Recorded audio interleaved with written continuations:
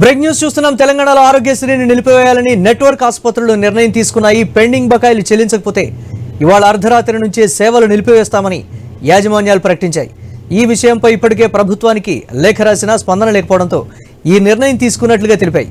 బిల్లుల పెండింగ్తో చిన్న మధ్యస్థాయి ఆసుపత్రులు మూసివేసే పరిస్థితి ఉందని పేర్కొన్నాయి.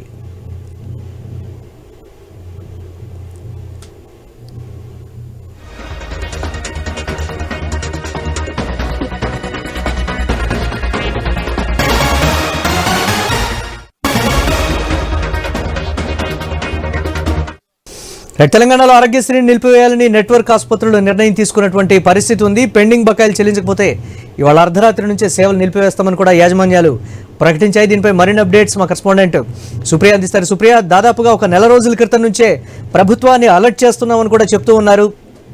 ప్రభుత్వం నుంచి ఎవరు కూడా స్పందించకపోవడంతో ఈ నిర్ణయం తీసుకున్నామనేటువంటి మాట చెప్తున్నారు. ప్రభుత్వం నుంచి ఏమైనా స్పందన ఉందా?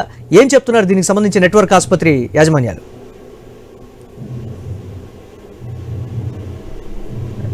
ఆసుపత్రులు బకాయిలు చెల్లించినందుకే అయితే నిరసనంగా అయితే ఈ రోజు అర్ధరాత్రి నుండి ఆరోగ్యశ్రీ సేవలను నిలిపేయాలని కూడా నిర్ణయించింది. అయితే ఇది Telangana Aarogyasri network hospitals associations ద్వారా అయితే ప్రకటించబడింది. ఇంకా ప్రభుత్వానికి సంబంధించిన బకాయిలు చెల్లింపులు జాప్యం మరియు వైద్య సేవల ధరలు పునఃసమీక్షించకపోవడంతో అయితే ఈ నిర్ణయానికి ప్రధాన కారణం అనే చెప్పాలి. ఇక ప్రభుత్వ బిల్లులు చెల్లించకపోవడము, ఆర్థిక ఒత్తిడి మరి కొన్ని ఇతర సమస్యల వల్ల మాత్రం ఇలాంటి నిర్ణయం అయితే తీసుకున్నట్టు కూడా తెలుస్తుంది. తెలంగాణ ఆరోగ్యశ్రీ నెట్వర్క్ హాస్పిటల్స్ పరిధిలో నెట్వర్క్ ఆసుపత్రి నుంచి అయితే ఈ రోజు అర్ధరాత్రి నుంచి అయితే ఆరోగ్యశ్రీ జర్నలిస్ట్ ఆరోగ్య పథకము మరియు ఉద్యోగ ఆరోగ్య పథకాల సేవలు కూడా నిలిపివేయబడుతున్నట్టు కూడా తెలిసింది. అయితే ఈ నిర్ణయం కారణంగా అయితే పేద ప్రజలకు ఆరోగ్యశ్రీ సేవలు నిలిచిపోవడంతో అయితే ప్రభుత్వం ఈ సమస్యను పరిష్కరించాలని కూడా ఆసుపత్రి యాజమాన్యాలు అయితే కోరుతూ ఉన్నాయి. ఇక పేదలకి ఆరోగ్యశ్రీ అంటేనే వాళ్ళొక ఎంతో మంది ఎన్నో ట్రీట్మెంట్స్ చేపించుకునే పరిస్థితులు కూడా మనకు కనిపిస్తూ ఉంటది. అలాంటిది ఒకసారిగా మాత్రము